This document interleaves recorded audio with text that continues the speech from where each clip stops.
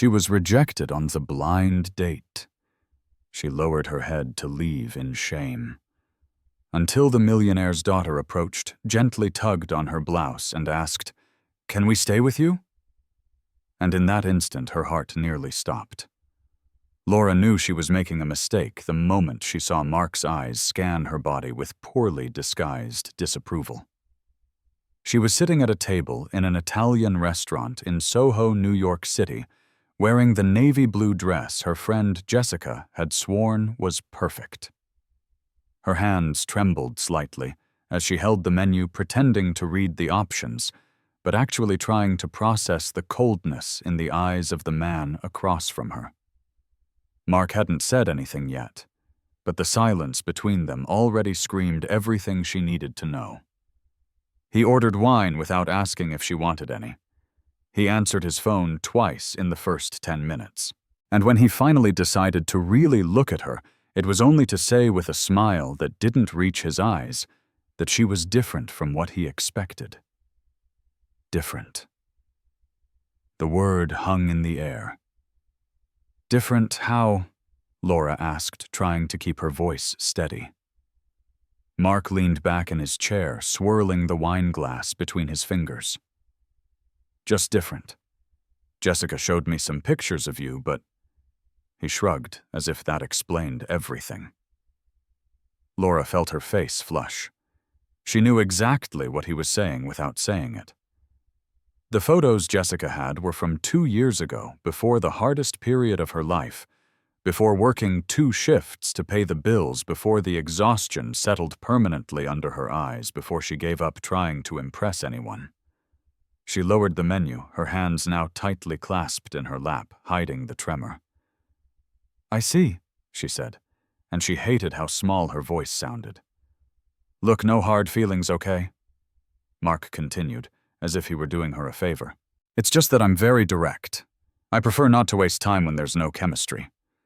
And well," he gestured vaguely between the two of them. "There isn't any, right?" Laura swallowed hard. She wanted to say that chemistry needed more than 15 minutes to develop. She wanted to say that he hadn't even tried. She wanted to say that she wasn't feeling anything either, except a growing desire to disappear. But she said nothing. She just nodded because arguing wouldn't change the fact that he had already made up his mind. Mark took out his wallet, pulled out some bills, and left them on the table. "This should cover my part. And hey, no hard feelings, you hear? You seem like a nice person, just not my type." He stood up, adjusted his blazer, and walked out without looking back. Laura was left there alone at the table, watching the people around her continue their conversations, their lives as if nothing had happened, as if she weren't there, silently shattered. The waiter passed by, and she avoided his gaze. She couldn't bear to see pity in a stranger's eyes. She grabbed her purse, ready to get out of that place as quickly as possible, when she heard a child's voice. "You're very pretty." Laura looked up and saw a girl of about 6 with blonde hair, tied in a loose bun, wearing a red dress with a huge bow. She was standing next to the table holding a teddy bear, her eyes wide and curious. "Thank you," Laura managed to say, trying to force a smile. "Why are you sad?" the girl asked, tilting her head. Laura blinked, surprised by the frankness. "I'm not sad." "Yes, you are. I saw. That man left, and you looked like you were going to cry." The girl's words, spoken with such simplicity, almost broke the barrier Laura was trying to maintain. She took a deep breath. "Sometimes things don't turn out the way we expect," she said, more to herself than to the child. "My dad says the same thing," the girl replied. "But he also says that when something bad happens, sometimes it's because something good is coming." Laura smiled for real this time, touched by the innocent wisdom. "Your dad sounds very wise." "He is," the girl agreed excitedly. Then, without any warning, she asked, "Can we stay?" "What?"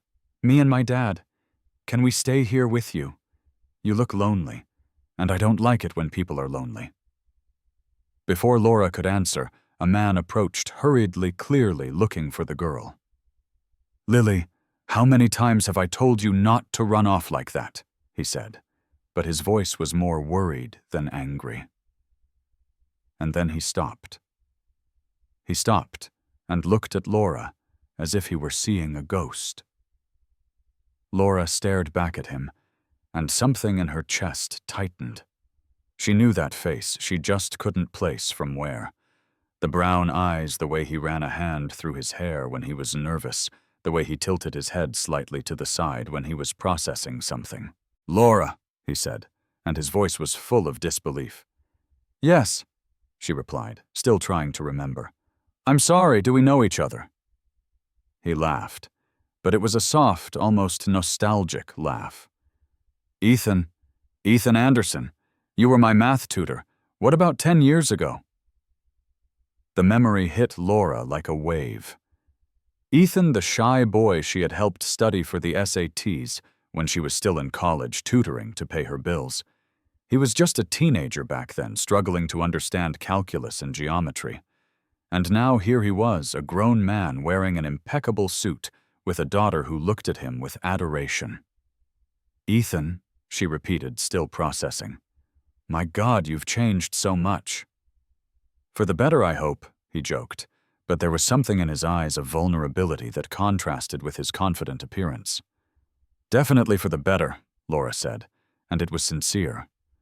Lily tugged on her father's hand. "Dad, she was alone. Can we have dinner with her, please?" Ethan looked at his daughter, then at Laura, and then at the empty table where he had been sitting on the other side of the room. "Lily, we can't just—" "But she was sad," Lily insisted.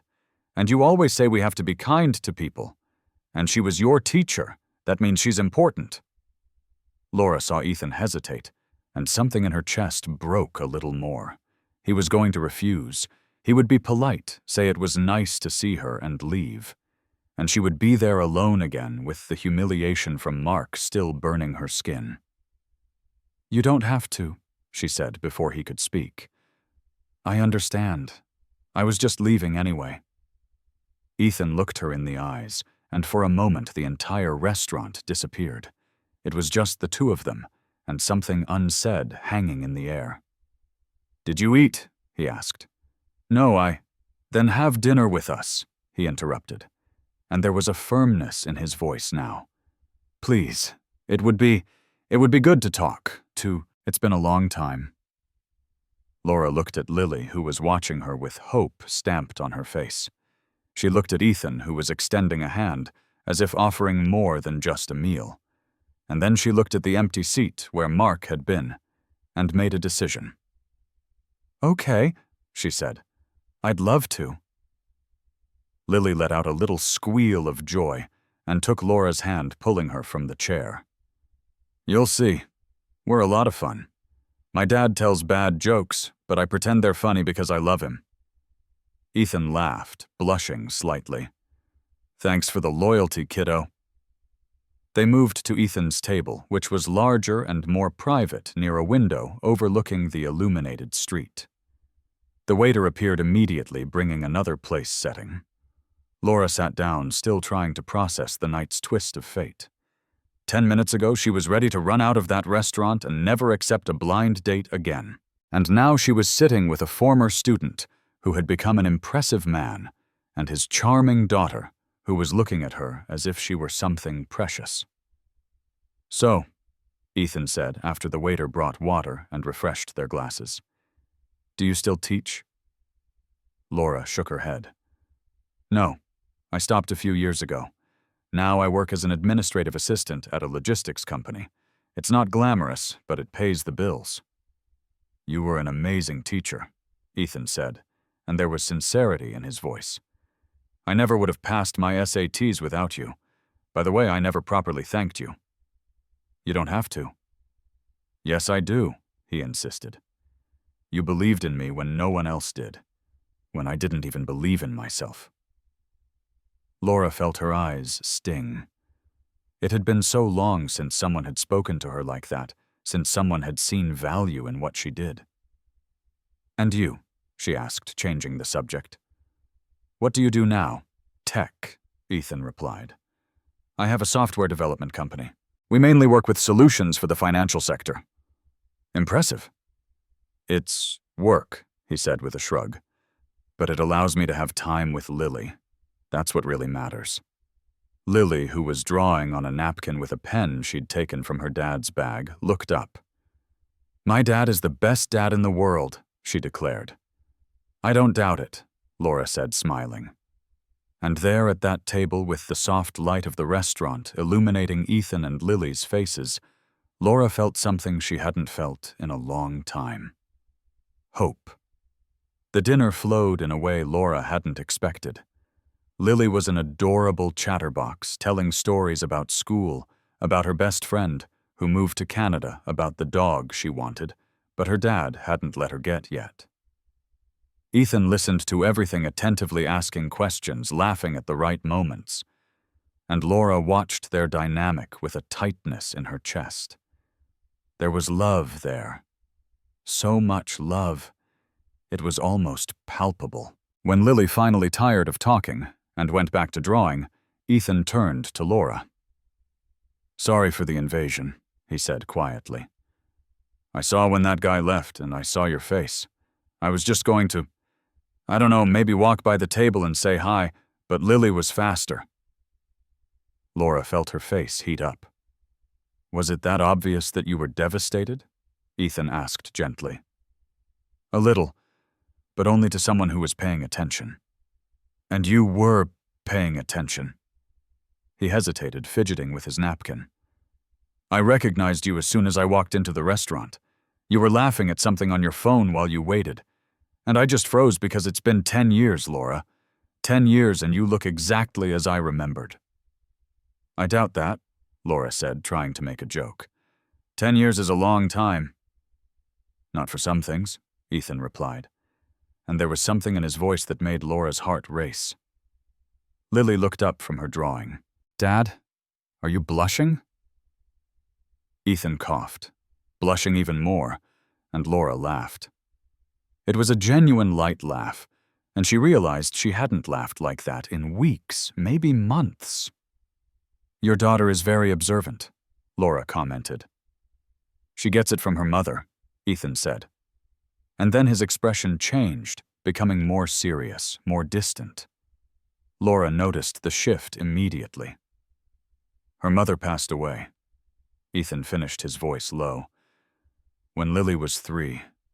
Complications from a second pregnancy. We lost them both, Julia and the baby. The silence that followed was heavy. Laura didn't know what to say. Apologies seemed empty, condolences insufficient. So she just reached out her hand and touched his, which was resting on the table. Ethan looked at her hand on his, and then at her face. I'm so sorry, Laura said finally. Me too, he replied. Every day. Lily, oblivious to the gravity of the conversation, showed them the drawing she had made. It was a colorful representation of the 3 of them at the table, with scribbles that were supposedly wine glasses and plates of food. Look, it's us. Laura took the napkin, carefully observing the childish strokes. It's beautiful, Lily. You can have it, the girl offered. So you can remember today. I'll cherish it, Laura promised, folding the napkin and putting it in her purse. By the time the waiter brought dessert, Lily was struggling to keep her eyes open. Ethan picked her up, and she snuggled against his chest, her teddy bear clutched between them. I think someone's past her bedtime, Ethan said, smiling.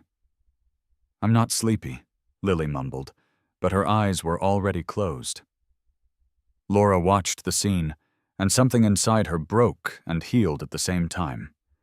It broke because she never had this.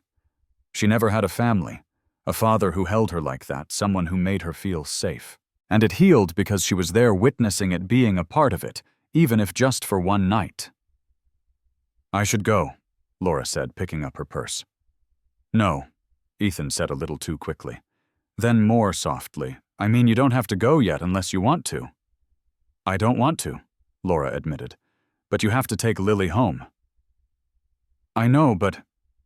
He hesitated, adjusting his daughter in his arms. Can I have your number? I'd like to, I don't know, grab a coffee, talk more, without Lily interrupting every 5 minutes. Laura smiled.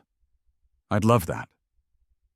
They exchanged numbers, and as Ethan stood to leave, Laura noticed how tall he was, tall and solid, but with a kindness in his eyes that contrasted with his physical strength. Thank you, he said, for accepting Lily's invitation, for staying, for being you. Laura didn't know what to say to that, so she just nodded as he left, carrying his sleeping daughter. And when she was alone again, she didn't feel the same humiliation as before. She didn't feel the emptiness. She felt something different, something dangerously close to happiness. In the days that followed, Laura couldn't stop thinking about that night. Jessica called the next day, apologizing 1,000 times for setting up the disastrous date with Mark. Laura forgave her, but didn't tell her about Ethan. Not yet.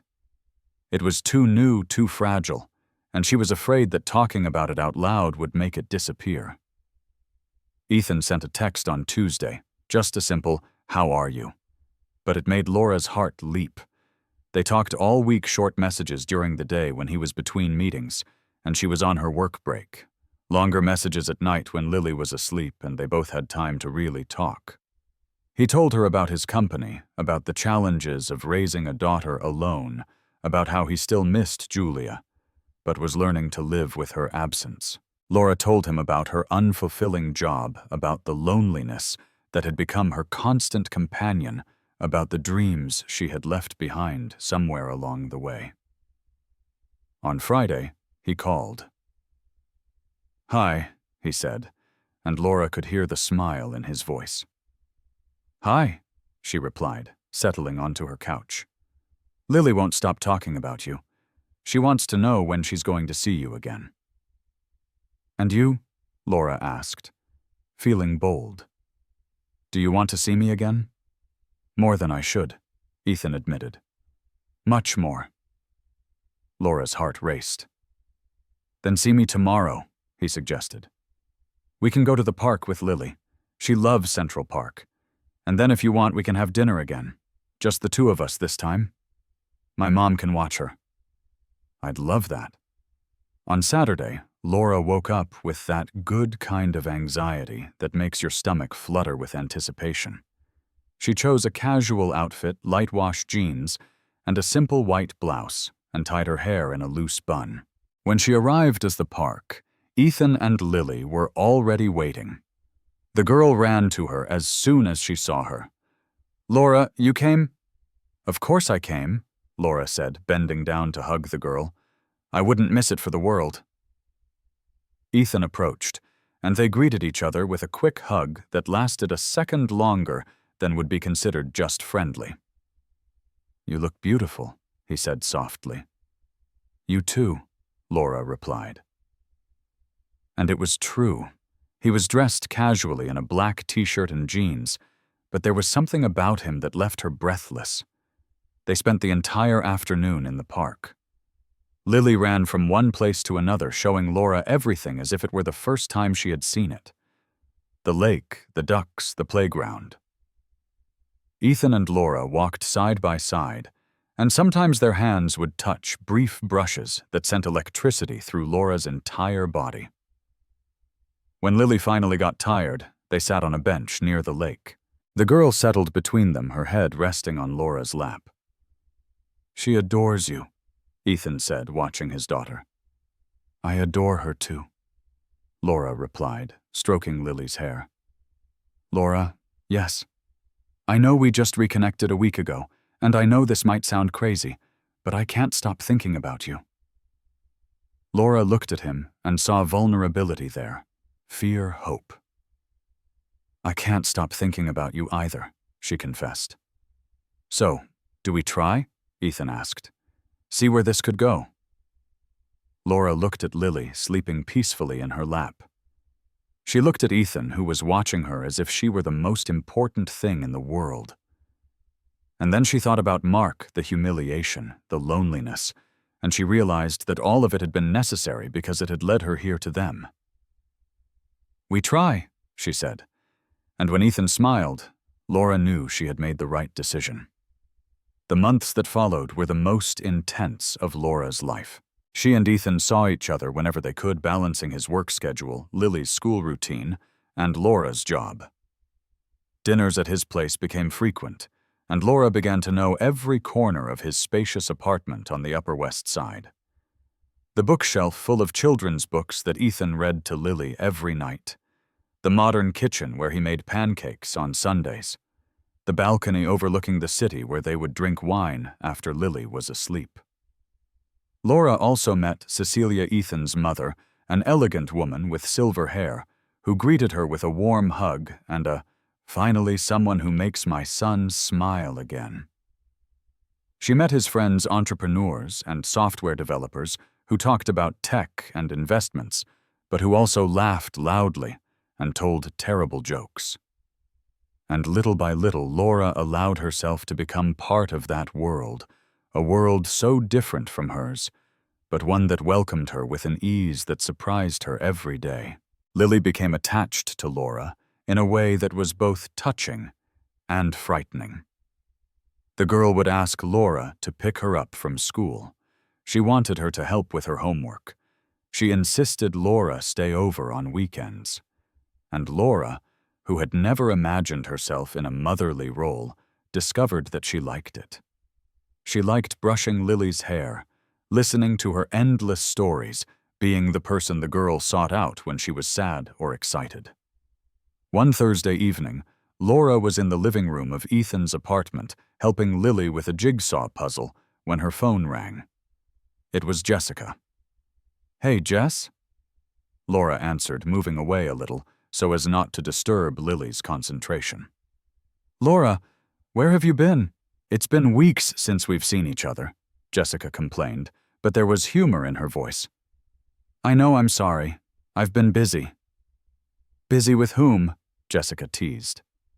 "Because you're different lighter, and I want to know who's responsible for it." Laura looked at Ethan, who was in the kitchen making dinner, and smiled. "It's complicated." "Complicated good or complicated bad?" "Very good," Laura admitted. "I'll tell you everything, I promise, but not yet. Let things settle a bit." "Okay, but I want details soon," Jessica insisted before hanging up. When Laura returned to the living room, Lily had finished the puzzle and was running to show her dad. "Dad, we finished, and Laura helped me." Ethan bent down to examine their work, making an exaggerated expression of awe. "Wow, you two are an unbeatable team." Lily jumped into his arms, laughing, and Ethan spun her in the air. Laura watched the scene, feeling that familiar tightness in her chest. She was falling in love, not just with Ethan, but with all of it. With the routine, with the feeling of belonging, with the idea of a family. After Lily went to sleep, Laura and Ethan sat on the balcony with glasses of wine. The night was cool, and the city glittered below like an inverted field of stars. "Lily loves you," Ethan said, breaking the comfortable silence. "I love her too," Laura replied. And it was true. "Sometimes I get scared," he confessed, looking at his glass. "Of what? That you'll realize what you're getting into and run away." Ethan said, turning to face her. "It's not easy, Laura. Being a stepmom, dealing with the issues of a child who lost her mother so young. There are hard days, there are tantrums, there are nightmares, there are moments when she cries for Julia, and I don't know what to do." Laura took his hand. "I know it's not easy. I'm not here expecting it to be. I'm here because I want to be. Because you two, you make me feel something I've never felt before." "What?" "That I'm enough," Laura said, her voice thick with emotion. "That I matter. That I have a place in the world." Ethan pulled her into a hug, and they stayed like that for a long time, just holding each other. When they separated, he kissed her. It was a slow, deep kiss, full of unspoken promises. But then Ethan pulled away, his expression serious. "Laura, there's something I need to tell you." Her heart pounded. "What is it?" "I received a job offer from a company in Singapore. They want me to go there for 6 months, maybe a year, to open an office for my company there." Laura felt the world stop. Singapore, she repeated, trying to process it. It's an incredible opportunity. Financially, it would be great for us, and Lily could see another country learn new things. And us? Laura asked, her voice weaker than she intended. What happens to us? Ethan held her face between his hands. You come with me. Laura blinked, certain she had misheard. What? Come with us to Singapore. I know it's a lot to ask. I know your life is here, but... He took a deep breath. I can't imagine doing this without you. Lily can't. And I don't want to try. Ethan, Laura started, but the words failed her. She thought about her unfulfilling job, the rented apartment she lived in, the life she had built, which was functional but empty. And then she thought about waking up in Singapore on a new adventure with Ethan and Lily by her side. I need to think, she said finally. Of course, no pressure. I have to give them an answer by the end of the month, so you have time. But Laura knew that time wasn't the problem. The problem was fear. Fear of risking everything. Fear of being disappointed. Fear of not being enough. She spent the next few days in a whirlwind of emotions. She talked to Jessica, who was shocked by the offer, but encouraged her to take the risk. She talked to her boss at work, who said she could quit and come back if things didn't work out. And she talked to herself on sleepless nights, staring at the ceiling of her empty bedroom. On Saturday, she went to Ethan's apartment. Lily greeted her with an excited hug. Laura, are you going to live with us in Singapore? Laura looked at Ethan, who shrugged sheepishly. She overheard us talking, he explained. I really want you to go, Lily said, holding Laura's hand. It'll be an adventure, and we'll be together. Laura knelt down to be at the girl's level. What if I'm not good enough? What if I don't know how to take care of you, right? Lily frowned, confused. But you already take care of me. You help me with my homework. You braid my hair. You give me hugs when I'm sad. You're good, Laura. Very good. The girl's words hit Laura like a punch to the gut. She looked at Ethan, who was watching her with a mixture of hope and fear in his eyes. I'll go, Laura said. And saying it out loud, she knew it was the right decision. You'll go? Ethan asked, as if he couldn't believe it. I'm going to Singapore with you, because I want to be where you are, because you are my family now. Lily shouted with joy and jumped into Laura's arms. Ethan joined the hug, and the three of them stood there crying and laughing at the same time. A week later, Laura quit her job. It was both terrifying and liberating. She spent the following weeks organizing everything, selling furniture, notifying friends and family. And with every step, Ethan was by her side, helping, supporting, reminding her that she wasn't alone. The night before their trip, they had dinner at Cecilia's house. Ethan's mother prepared a feast, and at the end of the night, she pulled Laura aside. Take care of my son, she said, holding Laura's hands, and my granddaughter. They need you. I will, Laura promised, with everything I have. Cecilia pulled her into a hug. Welcome to the family, dear. And in those words, Laura found everything she had ever been searching for. The flight to Singapore lasted almost 24 hours with a layover in Dubai. Lily slept most of the way nestled between Laura and Ethan, her teddy bear clutched to her chest. Laura, on the other hand, could barely close her eyes. She watched the endless clouds through the window, trying to process the magnitude of what she was doing. She had left everything behind: her job, her apartment, her familiar routine, and was now thousands of miles from home, flying toward the unknown.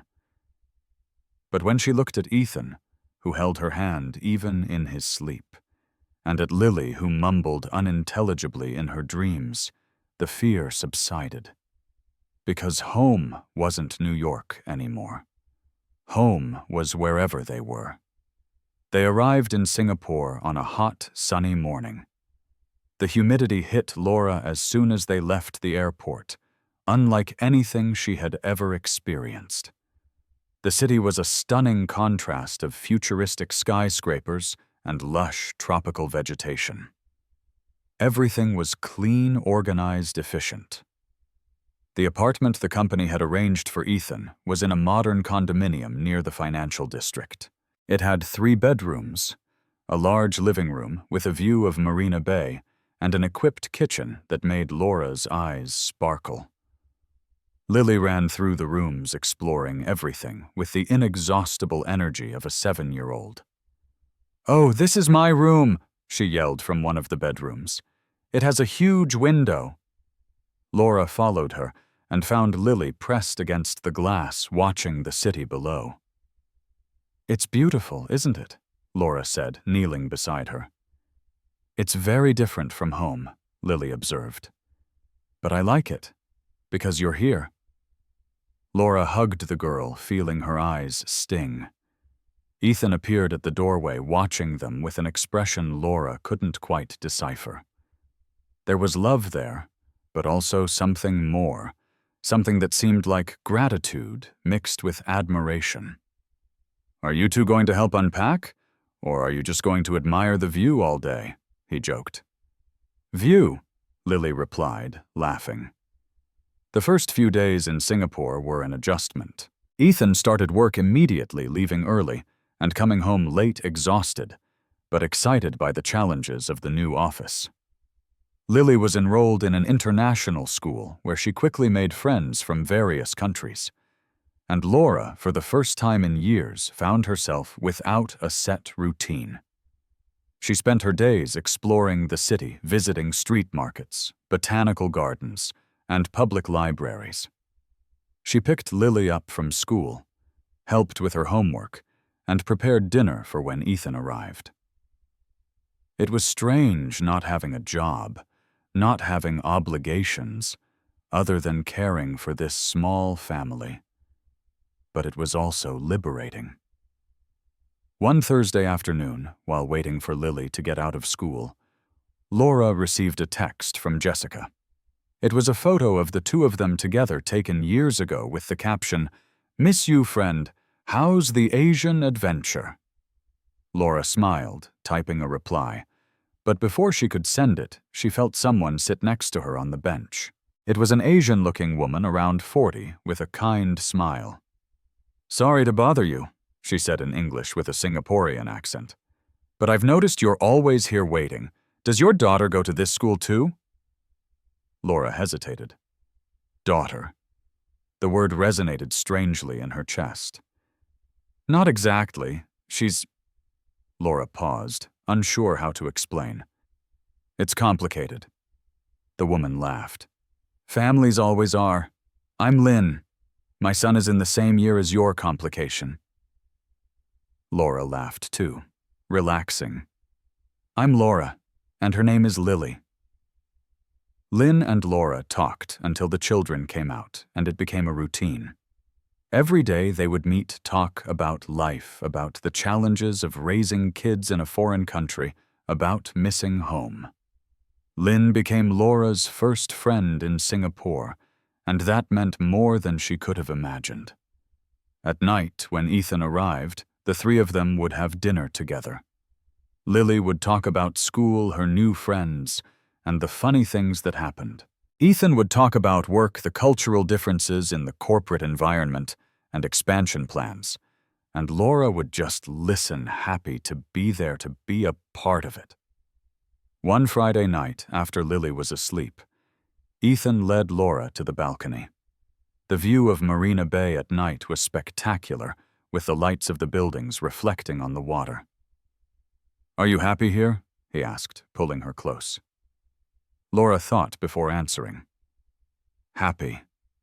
When was the last time she had allowed herself to be genuinely happy? "I am," she said. "Scarily happy." "Scarily," Ethan repeated, laughing.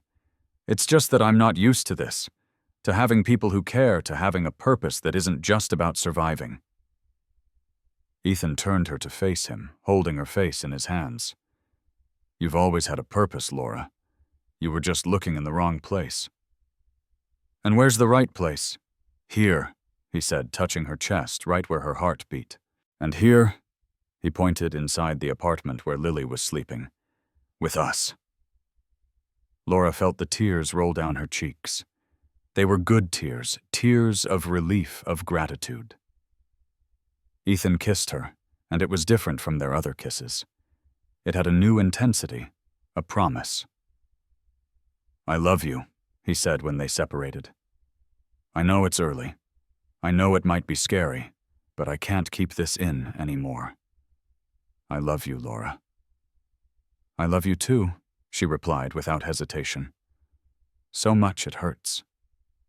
They stood there holding each other late into the night, and when they finally went inside, Laura felt more at home than she ever had in New York. The following months were a roller coaster of emotions. There were wonderful days full of discoveries and laughter. Trips to gardens by the bay where Lily ran among the giant artificial trees. Dinners at hawker centers trying foods from different cultures. Weekends exploring the neighboring islands. But there were also difficult days. Days when Lily cried, asking for the mother she barely knew. Days when Ethan came home from work, tense and distant. Days when Laura felt lost, wondering if she was doing everything wrong.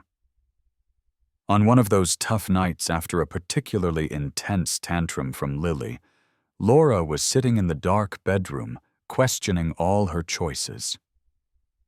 Ethan came in and sat beside her. She loves you, you know that, right? He said, breaking the silence. I know. But sometimes I feel like I'm not enough. Like she needs someone who knows what they're doing.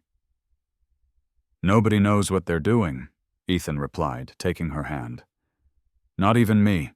I make mistakes every day. But what matters is that we try. And you try Laura more than anyone I know. What if I'm not the right person for this? Ethan turned her face to look at him. You are exactly the right person. Lily doesn't need perfection. She needs someone who stays. And you stayed. Even when it was hard, even when you were scared, you stayed. Laura threw herself into his arms, crying out all the insecurities she had been holding in. And Ethan held her, whispering that it was okay that they would get through this together. The next day, Lily woke up and went straight to Laura's room, bringing breakfast she had made herself. It was burnt toast and spilled orange juice, but Laura received it as if it were the greatest gift in the world. I'm sorry about yesterday, Lily said, climbing onto the bed. I didn't mean to yell at you. It's okay, Laura replied, hugging the girl. Everyone has bad days. You're not going to leave, are you? Lily asked, her voice small. Because of yesterday. Laura held the girl's face, looking into her eyes. Never. I'm not going anywhere. I promise. And in that promise, Laura found her own healing because for the first time in her life, she wasn't running away. She was staying. 6 months in Singapore turned into 8, then 10. Ethan's contract was extended, and none of them objected. The life they had built there was good, better than good. It was fulfilling. Laura started tutoring Portuguese to American expats. Something that began almost by chance when an acquaintance of Lynn's asked for help. Soon she had 5 students, then 10. And for the first time in years, she was doing something that truly fulfilled her teaching again, seeing people learn, making a difference. Lily blossomed. She was fluent in English now, mixing words in Portuguese English, and even a few Mandarin expressions she picked up from her classmates. She had a solid group of friends, and spent her weekends at birthday parties and outings organized by other school families. And Ethan, despite the intense work, seemed lighter, laughed more, worried less. And whenever he came home, the first thing he did was look for Laura and Lily. One Saturday afternoon, the three of them were on Sentosa Island enjoying the artificial beach. Lily was building sand castles with the dedication of an architect, while Ethan and Laura watched from under a beach umbrella. The sun was intense, but the sea breeze made everything perfect. Laura watched Lily with a smile, thinking about how much had changed since that fateful night at the restaurant. "We have to go back to New York at some point," Ethan said, breaking the comfortable silence. Laura's stomach tightened. She knew this was temporary, but she had allowed herself to pretend it wasn't. "When, in 2 months, the office here is structured, I can leave someone to manage it, and headquarters needs me back. And Lily, she'll go back to her old school, see her friends again, get back to her familiar routine." Laura nodded, but something weighed on her chest. Singapore had become a refuge, a place where they could just be themselves, away from everyone and everything. Going back meant facing reality again. Ethan noticed her hesitation. "And you, Laura? Are you coming back with us?" She looked at him surprised. "Of course I am. Where else would I be?" Ethan took her hand, lacing his fingers with hers. I needed to be sure, because when we go back, things will be different. We'll have to deal with reality, with people asking questions, with family, with everything. And that worries you. It worries me that you might regret it, that you'll look back and realize you gave up everything for us, and it wasn't worth it." Laura let go of his hand and turned his face to look at him completely. There was so much sincerity in her eyes that Ethan felt his chest tighten. "Ethan Anderson, look at me. I gave up a soul-sucking job, an empty apartment, and a meaningless life, and I got this." She pointed to Lily, who was now chasing a seagull, laughing loudly. "I got you. I got a family. How could that not be worth it?" Ethan pulled her into a soft, lingering kiss. There on that beach in Singapore, with the sound of the waves in the background, and Lily playing nearby, they sealed a silent promise to go back to New York together, to face whatever came as a family. The following weeks were a mix of preparations and goodbyes. Laura said farewell to her students, promising to continue lessons online for those who wanted. Some were genuinely sad, which touched her deeply. Lily said goodbye to her school friends, with the characteristic drama of children who think they'll never see each other again, despite promises of video calls and future visits. And Ethan handed over the reins of the office to his replacement, a talented young engineer he had trained over the past few months. Lynn organized a farewell dinner at her house, gathering all the families who had become close over those months. There was food from various countries, laughter, embarrassing stories, and many promises to keep in touch. The children ran around the garden while the adults talked on the porch, and Laura engraved that scene in her memory. At the end of the night, after everyone had left, and only Lynn and her family remained to help clean up, Lynn pulled Laura aside. "You've changed since you came here," she said, holding Laura's hands. "You're stronger, more confident." "It was you, Singapore, that did this," Laura replied emotionally. "It wasn't Singapore," Lynn corrected, shaking her head. "It was love. Love has that power to transform us, to heal us." Laura hugged her friend silently, thanking her for that meeting, for that friendship that had been her anchor in a foreign land. On the flight back, Laura watched Ethan and Lily sleep side by side. The girl was bigger now, her legs longer, her face losing its childish roundness. And Ethan had a few new gray hairs at his temples, marks of work stress and responsibility. But they both looked peaceful, breathing in sync, oblivious to the world around them. And Laura realized that she too was at peace for the first time in her life. She wasn't running from anything, she wasn't hiding. She was simply living. They arrived in New York on a rainy March morning.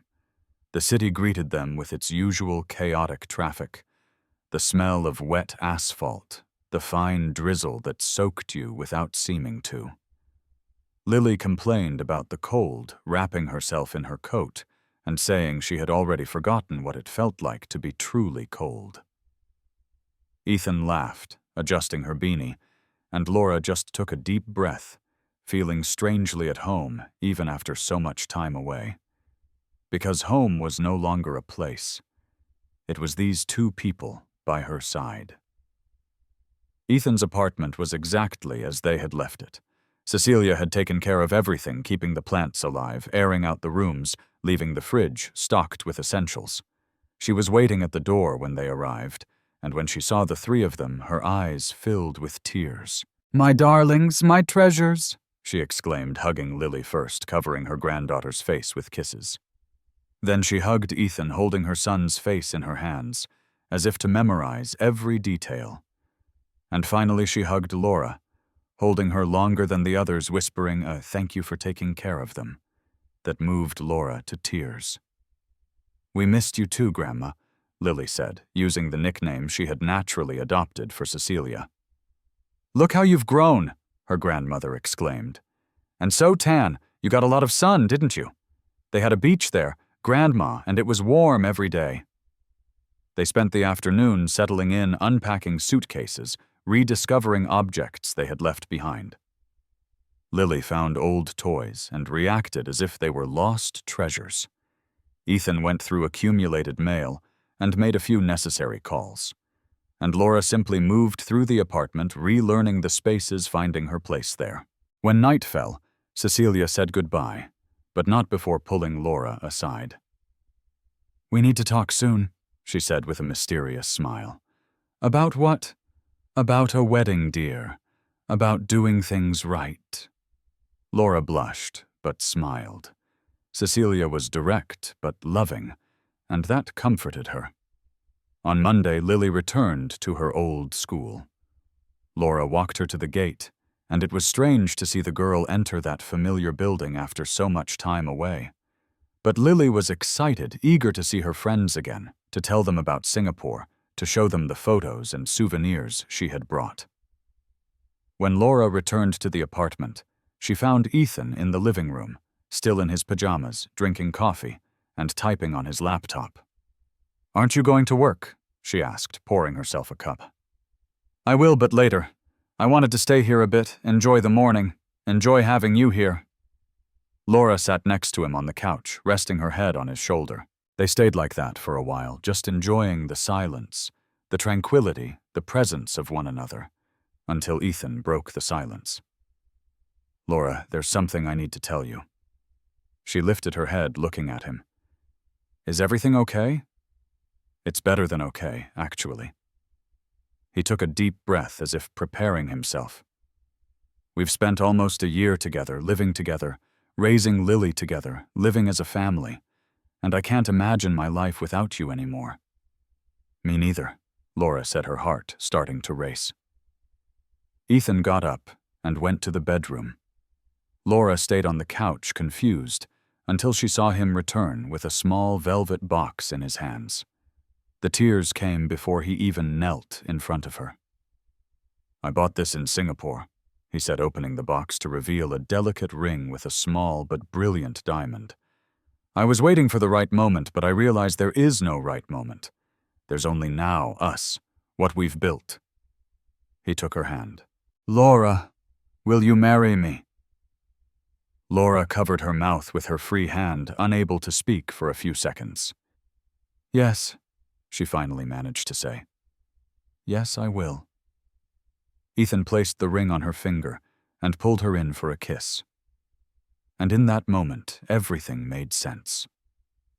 Laura was still processing the marriage proposal when she heard the door open. It was Lily, who had forgotten her lunchbox. The girl stopped in the middle of the room, looking at the two of them, at Laura, still with tears in her eyes, at the ring sparkling on her finger, and then her eyes widened. "What happened?" she asked, dropping her backpack on the floor. Ethan looked at Laura, who nodded, smiling. He turned to his daughter. Laura agreed to marry me. Lily stood completely still for 3 seconds. Then she screamed so loud that Laura was sure the neighbors heard. "You're getting married." "We are," Laura confirmed, opening her arms. Lily ran and threw herself at her with such force she almost knocked her off the couch. Ethan joined the hug, and the three of them were a tangle of arms, tears, and laughter. Wait! Lily pulled away suddenly, looking seriously at Laura. "Does this mean you're going to be my mom? My real mom?" Laura's heart ached. She looked at Ethan, who nodded encouragingly, then back at Lily. "If you want me to be." "If I want you to be," Lily repeated, as if the question were absurd. "I do. I've wanted it ever since that day at the restaurant." "The restaurant?" Laura asked, confused. Lily nodded excitedly. "When I saw you alone at that table, so pretty but so sad, I looked at my dad and thought, she would be perfect for us. And I was right." Ethan laughed, wiping away his own tears. "You knew I was looking at her the whole time." "Of course I knew." Lily rolled her eyes. "You couldn't stop staring, and when I went over to talk to her, you turned all red." "I did not turn red," Ethan protested, but he was blushing now. "Yes, you did," Laura and Lily said at the same time, and then all three of them burst into laughter. Lily took Laura's hand, examining the ring with admiration. "It's beautiful. Can I show Grandma?" "You can," Laura said. "Actually, she already knows, or at least suspects." "Grandma always knows everything," Lily declared, grabbing her phone to call. "Grandma Laura and Dad are getting married, can you believe it?" Laura watched the girl talk excitedly on the phone, gesturing as if Cecilia could see her. Ethan came closer, wrapping his arms around Laura's waist. "Thank you," he said softly. "For what? For saying yes. For staying. For loving her as if she were your own." "I don't love her as if she were my own," Laura corrected. "I love her because she is my own. The same way you're mine. You two are my family." Ethan kissed her, and it was a kiss full of promises.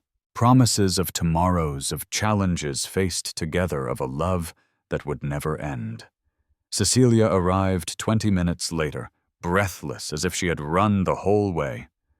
She hugged Laura with such force it knocked the wind out of her. "I knew it. I knew from the first day you two were perfect for each other." "Mom, you weren't even there on the first day," Ethan pointed out. "You don't have to be present to know things," Cecilia retorted. "A mother knows. A mother always knows." She examined the ring, approved enthusiastically, and then turned to Ethan with a serious expression. "So when's the wedding?" "We just got engaged, Mom." "So what?" "You can't waste time. Life is short, and I want to see my son married again before I die." "You're 65 and healthy as a horse," Ethan said, laughing. "You're not dying anytime soon. Still, you have to set a date soon." Laura looked at Ethan, who shrugged. "How about in 3 months?" Laura suggested. "Enough time to plan, but not so long that we get too anxious." 3 months is perfect," Ethan agreed. "I'm going to be the flower girl," Lily shouted, jumping up and down. "Of course you will," Laura assured her. "The most beautiful flower girl ever." The next 3 months were a whirlwind. Laura discovered that planning a wedding was more complicated than she imagined, but Cecilia took charge with military efficiency. She knew all the best vendors had strong opinions on flowers and cakes, and accepted nothing less than perfection. Lily participated in everything. She chose her own dress, a red model, with a huge bow on the back that made her look like a princess. She helped Laura choose her wedding dress, giving brutally honest opinions on each model, and she practiced walking down the aisle until she could do it without tripping. Jessica, when she finally found out about the engagement, screamed so loudly over the phone that Laura had to hold the device away from her ear. "I knew it. I knew there was someone. And it's the guy from the bad blind date, like the universe fixing things. More or less, Laura said, smiling. I'm the maid of honor, right? Because if you don't pick me, our friendship is over. You're my only close friend, Jess. Of course you're the maid of honor. The wedding day arrived on a sunny Saturday in June. Laura woke up at Jessica's house, where she had spent the night following the tradition of not seeing the groom before the ceremony. She was nervous, her hands trembling as Jessica helped her get ready. The dress was simple, but elegant, without exaggeration, exactly as Laura wanted. Her hair was in a low bun with a few loose strands framing her face. Her makeup was light and natural. You look stunning, Jessica said with tears in her eyes. He's going to die when he sees you. Stop crying, you'll smudge your makeup. I can't. It's too emotional. My best friend is getting married. The wedding was small, just family and close friends in a rented garden on Long Island. When Laura arrived, hidden so Ethan wouldn't see her, Cecilia rushed over. My daughter, she said, and Laura realized it was the first time she had called her that. You're radiant. I'm nervous. That's normal, but look at me. Cecilia held Laura's face in her hands. My son loves you. Lily loves you. And you deserve this love. You deserve this family. Never forget that. Laura hugged her mother-in-law, feeling welcomed in a way she had never experienced before. The music started, and it was time. Jessica went first, followed by Lily, who carried the rings on a satin cushion. The girl was serious-focused, doing everything perfectly. And then it was Laura's turn. She didn't have a father to walk her down the aisle, but she didn't feel alone because there at the front was Ethan, handsome, in a navy blue suit with tears streaming shamelessly down his face. And next to him was Lily, waving discreetly with a huge smile. Laura walked slowly, taking in every detail, the white flowers decorating the chairs, the smiling friends, Cecilia crying openly, and Ethan waiting for her. When she reached the altar, Ethan took her hands. You're the most beautiful thing I've ever seen, he whispered. You too, she replied. The ceremony was short, but emotional. When it was time for the vows, Ethan went first. Laura, when you came into my life, I was just surviving. Taking care of Lily, working, moving forward because it's what I had to do. But you reminded me what it means to truly live, what it means to laugh, to feel, to love. You completed our family in a way I didn't even know was incomplete. And I promised to spend the rest of my life making you happy. Laura had prepared vows, but when it was her turn, she forgot everything. She just spoke from the heart. Ethan, I spent so much time thinking I didn't deserve to be loved, that I wasn't enough. And then that night at the restaurant, when I was at my lowest, your daughter appeared and asked, Can we stay? And you stayed.